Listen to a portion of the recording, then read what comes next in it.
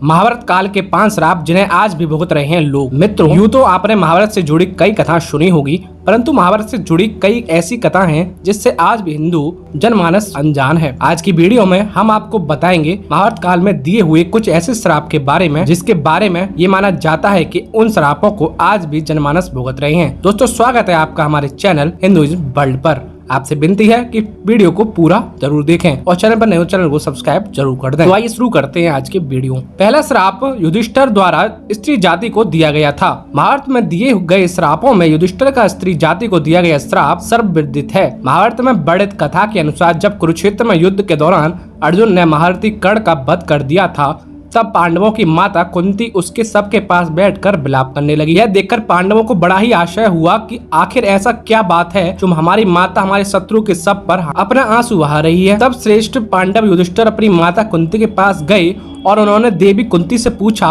माता क्या बात है जो आप हमारे सबसे बड़े शत्रु कर्ण के सबके पास जाकर विलाप कर रही हैं? तब देवी कुंती ने बताया कि पुत्रों, जिससे तुम अपना सबसे बड़ा शत्रु समझते रहे, वास्तव में वो तो तुम सभी का बड़ा भाई था। कर्ण राधे नहीं बल्कि कौंतेय था। अपनी माता के मुख से ऐसी बात से सुनकर पांडवों दुखी हो गए। फिर कुछ क्षण रुककर युधिष्ठिर अपनी माता कुंती से बोले, हे माते, ये बात तो आप सदा से जानती रही होंगी कि अंगराज कर्ण मेरे बड़े भाई थे। तब आपने हम लोगों को ये बात बताई क्यों नहीं? इतने दिनों तक ये बात आप छुपा कर क्यों रखी? आपके एक मौन ने हम सभी को अपने ही भाई का हत्यारा बना दिया। इसलिए मैं आज इस धर्म क्षेत्र कुरुक्षेत्र में सभी दिशाओं, आकाश और धरती को साक्षी मानकर सभी स्त्री जाति को श्राप देता हूँ कि आज के बाद कोई भी स्त्री अपने अंदर कोई भी रहस्य नहीं छुपा पाएगी। दूसरा श्राप श्रृंगी ऋषि का परीक्षित को श्राप। कथा के अनुसार 36 साल हस्तिनापुर पर राज करने के पश्चात जब पांडव द्रौपदी सहित स्वर्गलोक की ओर प्रस्थान करने हुए तो उन्होंने अपना सारा राज्य अभिमन्यु के पुत्र परीक्षित के हाथों में सौंप दिया था। ऐसा माना जाता है कि राजा परीक्षित के शासन काल में भी हस्तिनापुर की सारी प्रजा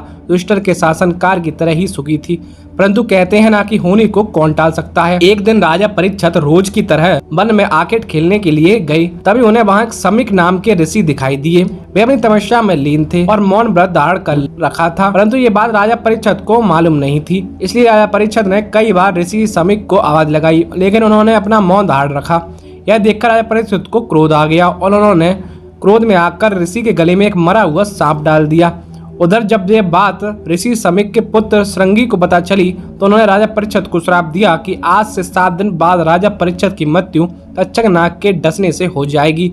और अंत में ऋषि श्रृंगी के श्राप के कारण राजा परीक्षित की मृत्यु तक्षक नाग के डसने से हो गई थी। और ऐसा माना जाता है उसी के बाद कलयुग की शुरुआत हुई, क्योंकि राजा परीक्षित के जीवित रहते कलयुग में इतना साहस नहीं था कि वह इंसानों पर हावी हो सके, और आज हम सभी इस कलयुग को उसी श्राप के कारण भोग रहे हैं। तीसरा श्राप श्री कृष्ण का अश्वत्थामा को श्राप। महाभारत युद्ध के अंतिम दिन जब अश्वत्थामा ने धोखे से पांडव पुत्रों का वध कर दिया और बात का पता जब पांडवों को चला तो पांडव भगवान श्री कृष्ण के साथ अश्वत्थामा का पीछा करते हुए महर्षि वेदव्यास के आश्रम पहुंचे। पांडवों को अपने सामने देख अश्वत्थामा ने अर्जुन पर ब्रह्मास्त्र से वार किया। यह देख श्री कृष्ण ने अर्जुन को ब्रह्मास्त्र चलाने को कहा, जिसके बाद अर्जुन ने भी अश्वत्थामा पर ब्रह्मास्त्र छोड़ दिया, परंतु महर्षि व्यास ने बीच में ही दोनों को अस्त्रों को टकराने से रोक लिया और अश्वत्थामा एवं अर्जुन से कहा, क्या तुम लोग ये नहीं जानते हो कि ब्रह्मास्त्र के आपस में टकराने से समस्त सृष्टि का नाश हो जाएगा? इसलिए तुम दोनों अपने ब्रह्मास्त्र वापस ले लो। तब अर्जुन ने अपना ब्रह्मास्त्र वापस ले लिया, लेकिन अश्वत्थामा ने महर्षि से कहा, महर्षि, मेरे पिताजी ने इसे वापस लेने की विद्या नहीं सिखाई है,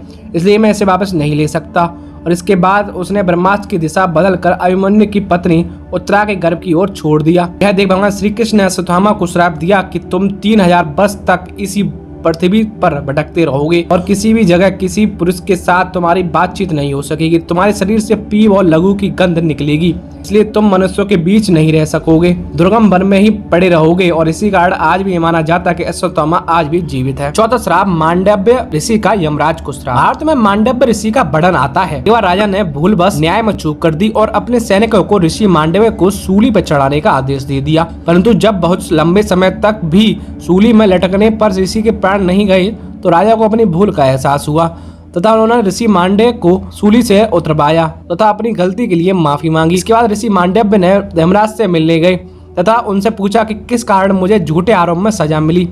तब यमराज ऋषि से बोले, जब आप 12 वर्ष के थे एक छोटे से कीड़े के पूंछ में सीख चुबा दी थी, जिस कारण आपको यह सजा भुगतनी पड़ी। यह सुन ऋषि को क्रोध आ गया और उन्होंने यमराज से कहा कि किसी को भी 12 वर्ष की उम्र में इस बात का ज्ञान नहीं रहता कि धर्म और अधर्म क्या है, क्योंकि तुमने एक छोटे अपराध के लिए मुझे बहुत बड़ा दंड दिया। अतः मैं तुम्हें श्राप देता हूँ कि तुम शूद्र योनि में दासी के पुत्र के रूप में जन्म लोगे। मांडव ऋषि के इस श्राप के कारण यमराज को विदुर के रूप में जन्म लेना पड़ा। 5वां श्राप, अप्सरा उर्वशी का अर्जुन को श्राप। ये कथा उस समय की है जब 13 साल के वनवास के दौरान एक बार अर्जुन दिव्यास्त्र की खोज में स्वर्ग लोक गया। वह उर्वशी नाम की एक अप्सरा उनके रूप एवं सौंदर्य को देखकर उन पर मोहित हो गई। फिर एक दिन उर्वशी ने अर्जुन को विवाह करने को कहा। तब अर्जुन ने उससे कहा, मैं आपको माता के समान मानता हूँ, इसलिए मैं आपसे विवाह नहीं कर सकता। इस बात पर उर्वशी क्रोधित हो गई तथा उसने अर्जुन से कहा कि तुम एक नपुंसक की तरह बात कर रहे हो, इसलिए मैं तुम्हें श्राप देती हूँ, तुम आजीवन नपुंसक हो जाओगे तथा स्त्रियों के बीच तुम्हें नर्तक बनकर रहना पड़ेगा। ये बात सुनकर अर्जुन विचलित हो गए और फिर वो देवराज इंद्र के पास गए और उन्हें सारी बात बताई।